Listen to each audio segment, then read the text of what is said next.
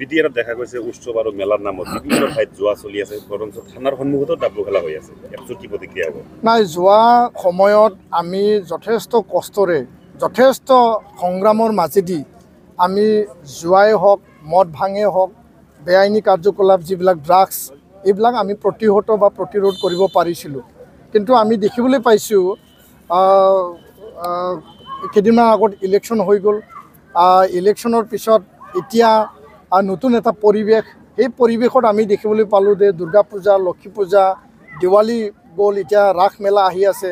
এই যে তিনিটা পূজা গ'ল, সেই পূজাত প্ৰতিটো মানে পূজাস্থলীত বা মানে আশে পাশে তাত জুৱা, মদ, ভাং, ড্ৰাগছ বা বেআইনী কাৰ্যকলাপ এতিয়া যথেষ্ট বৃদ্ধি পোৱাটো আমি দেখিবলৈ পাইছোঁ। আমি জিলা প্ৰশাসনক চিঠি মেমৰেণ্ডাম আমি প্ৰদান কৰিছিলোঁ।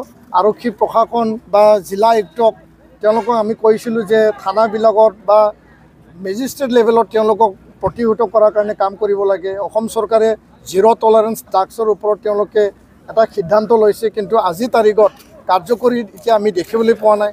এটা সময়ত ধুমধামেৰে বহুতো ড্ৰাগছ লোৱা হ'ল, বহুতো কাৰ্যসূচী লোৱা হ'ল, কিন্তু এতিয়া ড্ৰাগছৰ ওপৰত, মদ ভাং জুৱাৰ ওপৰত কোনো একশ্যন লোৱা আমি দেখিবলৈ পোৱা নাই। এইটো অতিকে দুৰ্ভাগ্যজনক আৰু আমি দাবী জনাইছোঁ আমাৰ নিখিল বড়ো ছাত্ৰ সন্থাৰ পদক্ষেপ সদায় থাকিব। আমি পূজা কমিটিক আহ্বান জনাইছোঁ, জিলা প্ৰশাসনক আহ্বান জনাইছোঁ, আগন্তুক দিনত মদ ভাং জুৱা ড্ৰাগছ যাতে সম্পূৰ্ণৰূপে আমি নাইকিয়া কৰিব পাৰোঁ আৰু এই দিশত আমি যাব লাগিব। নহ'লে সমাজ, আমাৰ এই যি এটা সুস্থিৰ পবিত্ৰ যি সমাজ, আমাৰ অঞ্চলত যি এটা শান্তি পৰিৱেশ এতিয়া ঘূৰি আহিছে, এই মদ ভাং জুৱা ড্ৰাগছে সমাজখন ধ্বংস কৰি পেলাব বুলি মই চিন্তা কৰোঁ আৰু সেইটো প্ৰতিহত কৰাটো আমাৰ সকলোৰে দায়িত্ব আৰু কৰ্তব্য। এইটো চৰকাৰে ইয়াৰ ওপৰত বিশেষ পদক্ষেপ ল'ব লাগে বুলি মই দাবী জনাইছোঁ।